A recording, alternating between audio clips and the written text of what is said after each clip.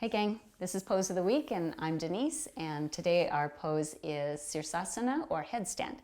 So let's just talk about hand position for a headstand. I usually suggest lacing the fingers, and then we could have the hands open or we could have heels of the hands together.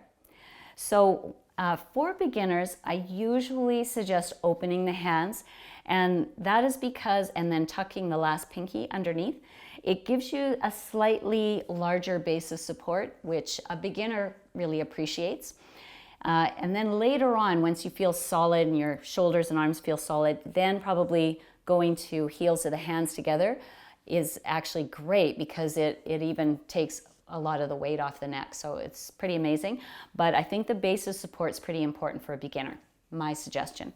So we'll start from there.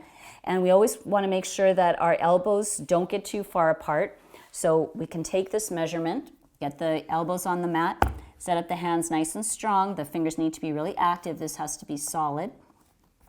And then we need to press into the forearms. So I suggest you come up on your toes and maybe even do some push-ups from here. Push the forearm away from you, touch down with your head. You want to make sure you actually have the strength to do this.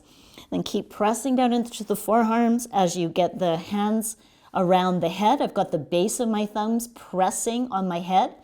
Then I'm walking my toes in.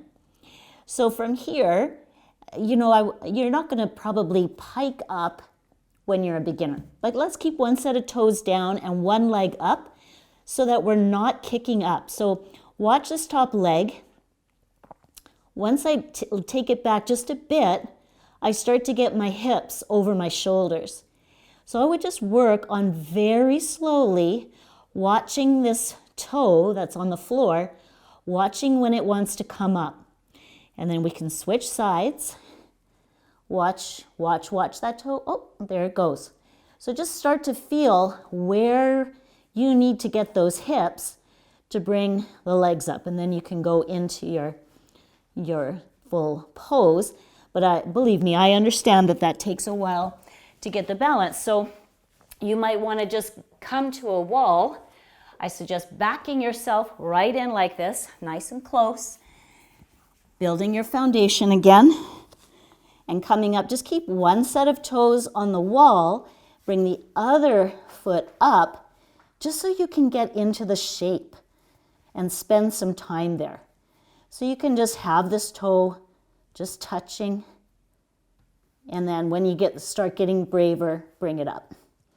Okay, so you need to actually spend time in the shape so that your proprioceptors, become accustomed to how to get you there. So those are a few things to work on. Work on your foundation, work on not kicking up, work on just getting your hips over your shoulders and watching when that happens. Replay this video if you need. And then try it against the wall, again, with nothing behind you, so that you actually develop the bravery, the courage you need to get those hips over your shoulders, all right? Give yourself some time. You pretty much have to practice that every day, but then I guarantee it's gonna happen, all right? Thanks so much for joining me, guys. Bye for now.